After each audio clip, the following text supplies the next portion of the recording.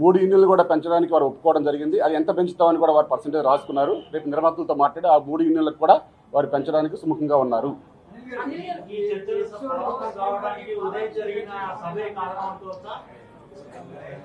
ఒక రకంగా అనుకోవచ్చు.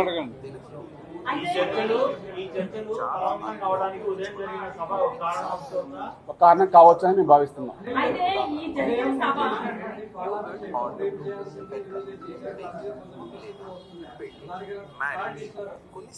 అర్థం కాలేదు క్వశ్చన్.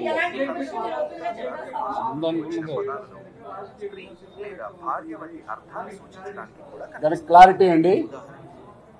మన తెలంగాణలో మన రాష్ట్ర ప్రభుత్వం చేపడుతున్న సినిమా పరిశ్రమ గురించి అభివృద్ధి పనులు, మన వర్కర్స్కి చేయాలనుకున్నవి, ఒక తెలంగాణ హబ్గా సినీ పరిశ్రమ తీసుకెళ్లాలనే విషయం అన్నీ చెప్పారు. కాబట్టి వారు చెప్పారు కాబట్టి మేమైతే మాకు ఏం కావాలి, మా వర్కర్స్ ఎంతమంది ఉన్నాము ఏంటి అని మేము ఎప్పుడు కూడా చెప్పలేదు. కాబట్టి వారికి ఈ సభ ద్వారా గౌరవ ముఖ్యమంత్రి వారు శ్రీ రేవంత్ రెడ్డి గారికి మా యొక్క కార్మికుల శక్తి, మా కార్మికులకు కావాల్సిన కోరికలు అన్నీ కూడా విన్నవించుకోవడానికి మేము వారికి పారాభిషేకం చేయడమే తప్పింది తప్ప దీంట్లో ఎటువంటి రాజకీయాలు లేవు.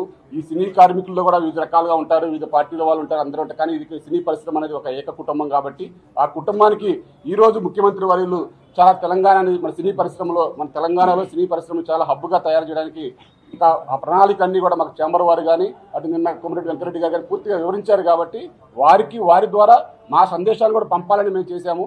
రేపు కనుక సక్సెస్ అయిన తర్వాత వారితో ఇంకా పాలాభిషేకం కాదు, వారితో చాలా ఘనంగా ఒక సన్మాన సభ పెట్టి వారికి ఇంకా విన్నవించుకునే విధంగా కూడా ఇంకా తదుపరి కార్యాచరణ కూడా ఉంటుంది.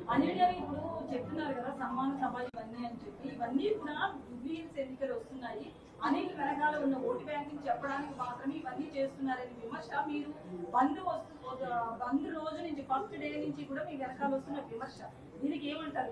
ఈ శక్తి అంతా కూడా ఓటు బ్యాంక్ గా మార్చుకుని దాన్ని అనిల్ కప్పి పొందాలనుకుంటున్నాడు అనేది బయట టాక్. మేము అక్కడ రాజకీయ నాయకులు కాదండి, మాకు ఎటువంటి రాజకీయాలు లేవు, మాకు ఎటువంటి రాజకీయ నాయకులుగా మేము ఎదగాలని కూడా మేము అనుకోవట్లేదు. మేము ఓన్లీ కార్మిక నాయకులు మాత్రమే, మా కార్మికుల కష్టాన్ని వినిపించుకుంటున్నాం తప్ప దీంట్లో రాజకీయ ప్రవేశం ఎటువంటిది లేదు, రాజకీయ లబ్ధి అనేది ఎవరికీ లేదు. ఇక్కడ ఓన్లీ కార్మిక నాయకులుగా మా కార్మిక శక్తి వినిపించడానికి మా వంతు ప్రయత్నం మేము చేస్తున్నాం తప్ప ప్రభుత్వానికి దీంట్లో ఎటువంటి రాజకీయ కోణం లేదని మీకు ఈ సభాముఖంగా తెలియజేయచ్చు.